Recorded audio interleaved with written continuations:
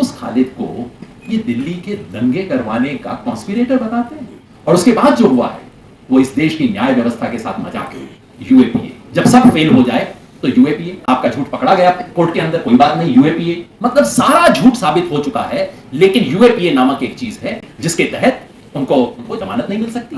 कहानी का झूठ कब साबित होगा? जब ट्रायल होगा। वो कब होगा? जब आखिरी एक्यूज को पकड़ लिया जाएगा। आखिरी एक्यूज को कब पकड़ा जाएगा? जब दिल्ली पुलिस की मर्जी हो। बच्चे भी आते, वो बोलते हैं, आपको पता लगता क्या होता है उस परिवार के साथ जिसके पिता को, जिस परिवार के सदस्य को इस तरह से जेल में बंद करके रखा। न्याय उस दिन होगा जिस दिन ये झूठा केस खारिज होगा। न्याय उस दिन होगा जिस दिन इस झूठा केस बनाने वालों को कटघरे में खड़ा किया जाएगा। सब याद रखा जाएगा। तुम स्याहियों से झूठ लिखोगे, हमें मालूम है, हो हमारे खून से ही सही, सच लिखा जाएगा, सब याद रखा जाएगा। जो लिंचिंग के केसेस हो रहे थे, जगह जगह पे डिस्क्रिमिनेशन हो रहा था, और फिर जब सीए आया तो उसके खिलाफ खड़े होकर देश में एक डेमोक्रेटिक तरीके से और संविधान के दायरे में रहते हुए किस तरह से बतौर नागरिक हम इसके खिलाफ प्रोटेस्ट कर सकें, उसके बारे में जिन लोगों की सबसे ज्यादा चिंता थी, उनमें से खालिद सैफी एक थे, जो इस हिम्मत से, इस शिद्दत से, इस ईमानदारी से अन्याय के खिलाफ खड़े हो सकते हैं। तो इस देश में उम्मीद है। शाहीन बाग शुरू हुए, खालिद उसमें भी इन्वॉल्व थे, और जब उनके पड़ोस में खजूरी खास के जो इलाके के अंदर प्रोटेस्ट शुरू हुआ, उसमें खालिद इन्वॉल्व थे। मुझे बुलाया, मैं शायद 3-4 बार वहां गया, बोला, और मुझे याद है खालिद की चिंता क्या रहती थी कि योगेंद्र जी ये मर्द लोग ज्यादा घुस जाते हैं इसके अंदर, और ये आगे घुसेंगे ना कोई गड़बड़ कर देंगे, इसलिए ये इंश्योर करना है कि सिर्फ औरतें आगे रहें, कायदे से रहें, डिसिप्लिन रहे, किसी किस्म की कोई गलत चीज होने की गुंजाइश ही नहीं छोड़नी हमें। दिल्ली में दंगा शुरू हुआ 24 तारीख को, और 25 को हम लोग इंडियन सोशल इंस्टीट्यूट में मिले, तो सबने खालिद की जिम्मेवारी लगाई कि खालिद, कहीं से भी कोई डिस्ट्रेस कॉल आता है, उस परिवार को रेस्क्यू करना, चाहे जिसका हो, जिस मजहब का हो, जो इंसान हो। हम एक हेल्पलाइन शुरू कर रहे हैं, जिसका कॉल आता है वहां तक जल्द से जल्द हम रेस्क्यू करने की कोई वैन भिजवाएंगे। ये जिम्मेवारी खालिद ने दी।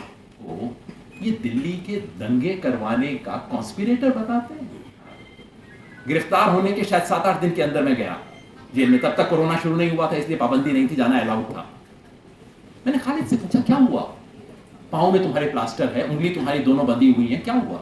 खालिद ने पूरा बताया किस तरीके से दिल्ली पुलिस ने उस पर असॉल्ट किया। कुछ बातें जो मैं यहां बता नहीं सकता, वो सब बताएं खालिद। ये संविधान की शपथ लेके आता है ये लोग, और उसके बाद जो हुआ है वो इस देश की न्याय व्यवस्था के साथ मजाक है।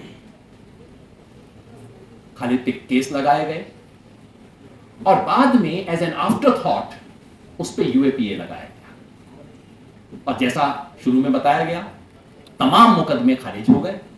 किसी में कुछ दाई नहीं, जमदम नहीं था, सब बातें झूठ थी, सबका झूठ एकदम साबित हो गया।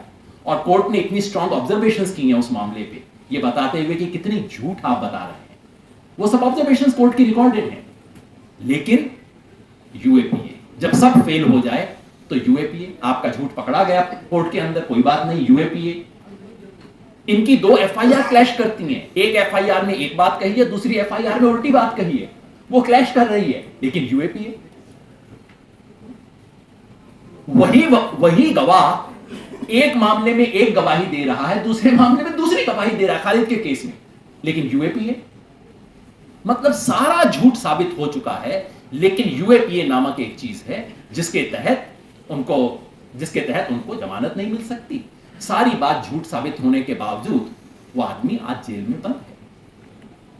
और ये जो यूएपीए लगाई गई है उसके बारे में हाल ही में एक रिपोर्ट आई है। ये रिपोर्ट इस देश के बहुत एमिनेंट लोगों ने लिखी है, अनसर्टेन जस्टिस करके, जिसको जस्टिस मदर लोकुर इसके चेयरपर्सन थे उस सिटीजन्स कमेटी के, justice AP Shah, justice RS Sodhi, justice Anjana Prakash और जीके पिल्लाई जो कि फॉर्मर होम सेक्रेटरी, इन सब लोगों ने मिलकर वो रिपोर्ट लिखी है। उसमें एक चैप्टर है सिर्फ इस सवाल पे कि ये यूएपीए इन लोगों पे क्या लगाया गया।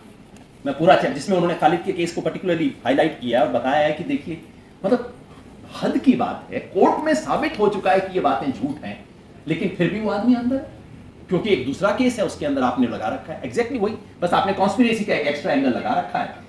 और जैसा इस रिपोर्ट पे चर्चा के दौरान रेबेका जॉन ने कहा कि ये जो FIR 59 जो कि कॉन्स्पिरेसी केस लगाया गया है ताकि सब कुछ झूठ साबित होने के बावजूद भी इन लोगों को जेल में रखा जा सके, she said it's a fairy tale, ये बिल्कुल एक कहानी है, मनगढ़ंत कहानी है, मजेदार कहानी है, खौफनाक कहानी है, इस कहानी का कोई सर पैर नहीं है।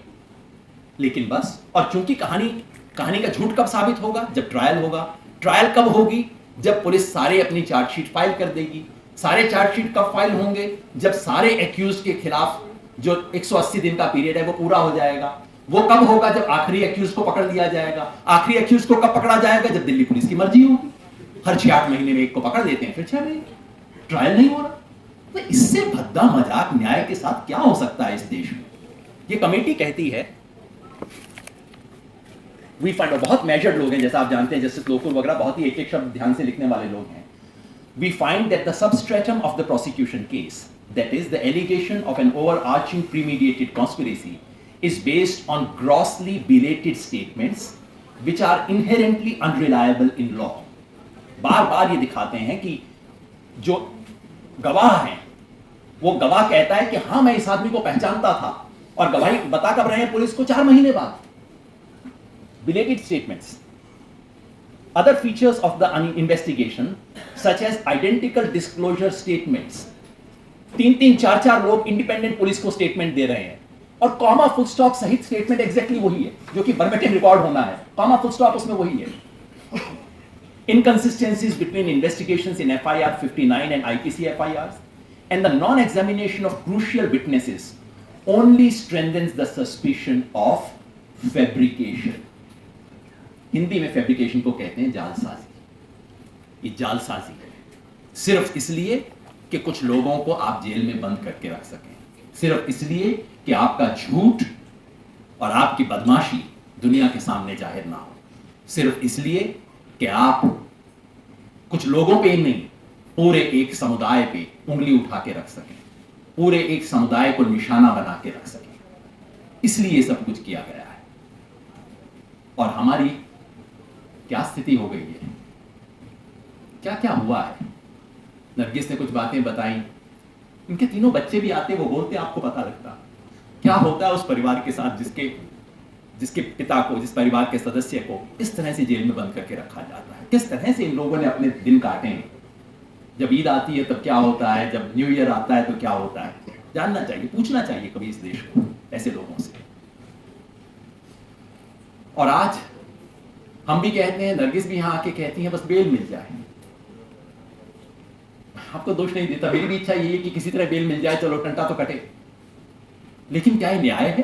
बेल मिल जाए? अरे न्याय उस दिन होगा जिस दिन ये झूठा केस खारिज होगा। न्याय उस दिन होगा जिस दिन इस झूठा केस बनाने वालों को कटघरे में खड़ा किया जाएगा। न्याय उस दिन होगा जब इन 10-12 वैशी लोगों ने, जिन्होंने दिल्ली के पुलिस स्टेशन के अंदर खालिद सैफी पे हमला किया, जिस दिन उन पे मुकदमा चलेगा, उस दिन न्याय होगा। वो दिन दूर है, अभी नहीं आएगा, लेकिन हम वो उम्मीद नहीं छोड़ेंगे, हम वो कोशिश नहीं छोड़ेंगे। बस आखिर में सिर्फ एक बात कहना चाहता हूं, एक पंक्ति जो हमें याद रखनी चाहिए, जो हमें भूलना नहीं चाहिए। आमिर अजीज ने जो कहा था, सब याद रखा जाएगा।